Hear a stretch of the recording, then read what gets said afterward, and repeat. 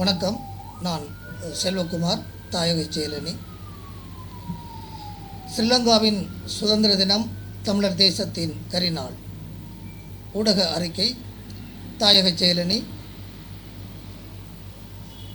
10ஆம் திகதி 1ஆம் மாதம் 2026.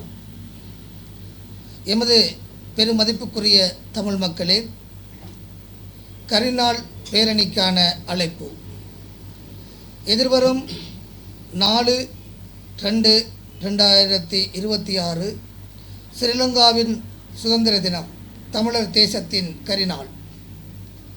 4/2/1948 அன்று பிரித்தானிய காலனித்துவ ஆட்சியாளர்கள் ஆட்சி அதிகாரம் அனைத்தையும் சிங்கள பௌத்த பேரினவாதத்திடம் ஒப்படைத்த நாள். அந்நாளிலிருந்து தமிழர் தாயகத்தில் தமிழ் தேசிய மக்களாகிய நாம் திட்டமிட்டு அடக்கப்பட்டு இனப்படுகொலைகளுக்கு ஆளாகி ஒடுக்கப்பட்டு கொண்டிருக்கின்றோம். எனவே வருகின்ற 4/2/2026 அன்றைய நாளை கரிநாளாக பிரகடனப்படுத்தி பல்கலைக்கழக மாணவர்கள் மற்றும் வலிந்து காணாமல் ஆக்கப்பட்ட உறவுகளின் சங்கம் தலைமையேற்று இணைந்து நடத்தும் பேரணியில் பின்வரும் கோரிக்கைகளை வலியுறுத்துகின்றோம். 1. வடக்கு கிழக்கு தமிழ் மக்களின் பூர்வீக தாயகம் என்பதை ஏற்றுக்கொள்ள வேண்டும். 2. தமிழ் மக்களின் சுயநிர்ணய உரிமையை அங்கீகரிக்க வேண்டும். 3. தமிழ் மக்களின் பாதுகாப்பு மற்றும் உரிமைகளை உறுதி செய்யும் வகையில் தமிழ் மக்களின் தேசிய உரிமையை அங்கீகரிக்க வேண்டும். 4. தமிழ் இன அழிப்பில் பாதிக்கப்பட்டவர்களுக்கும் வலிந்து காணாமல் ஆக்கப்பட்டவர்களுக்குமான நிரந்தர பொறுப்புக்கூறலை உறுதி செய்ய வேண்டும். இலங்கை அரசு கையகப்படுத்தியுள்ள தமிழர்களின் பாரம்பரிய வாழ்விடங்களை விடுவிப்பதோடு தமிழர் தாயகத்தை பல்வேறு வகையில் புத்த விகாரைகளை நிறுவியும் தொல்பொருள் திணைக்களத்தின் அதிகாரங்களை பயன்படுத்தி கையகப்படுத்தும் நடவடிக்கைகளை நிறுத்த வேண்டும். 6.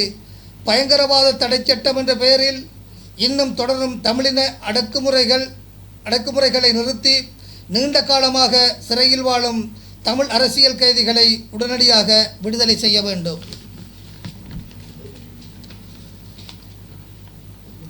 7. கடந்த 77 ஆண்டுகளாக தொடரும் தமிழர் இனஅழிப்பை நிறுத்தி ஓர் சர்வதேச நீதி பொறிமுறை மூலம் தமிழர்களின் வாழ்வுரிமையை உறுதி செய்யப்படல் வேண்டும். 8. வடக்கு கிழக்கு இணைந்த தமிழர்களின் பூர்வீக தாயகம் என்பதையும் தமிழ் மக்கள் சுயநிர்ணய உரிமை உடையவர்கள் என்பதையும் ஏற்றுக்கொண்டு வட்டுக்கோட்டை தீர்மானம் மற்றும் திம்பு பேச்சுவார்த்தைகளின் அடிப்படையில் இறையாண்மை உள்ள தேச அங்கீகாரம் வழங்கப்பட வேண்டும். மேற்கண்ட விடயங்களை வலியுறுத்தி கரிநாள் போராட்டம் 4ஆம் தேதி 2வது மாதம் 2026 புதன்கிழமை காலை 10 மணிக்கு தமிழர் தாயகத்தில் கிளிநொச்சி மற்றும் மட்டக்களப்பு மாவட்டங்களில் நடைபெறும்.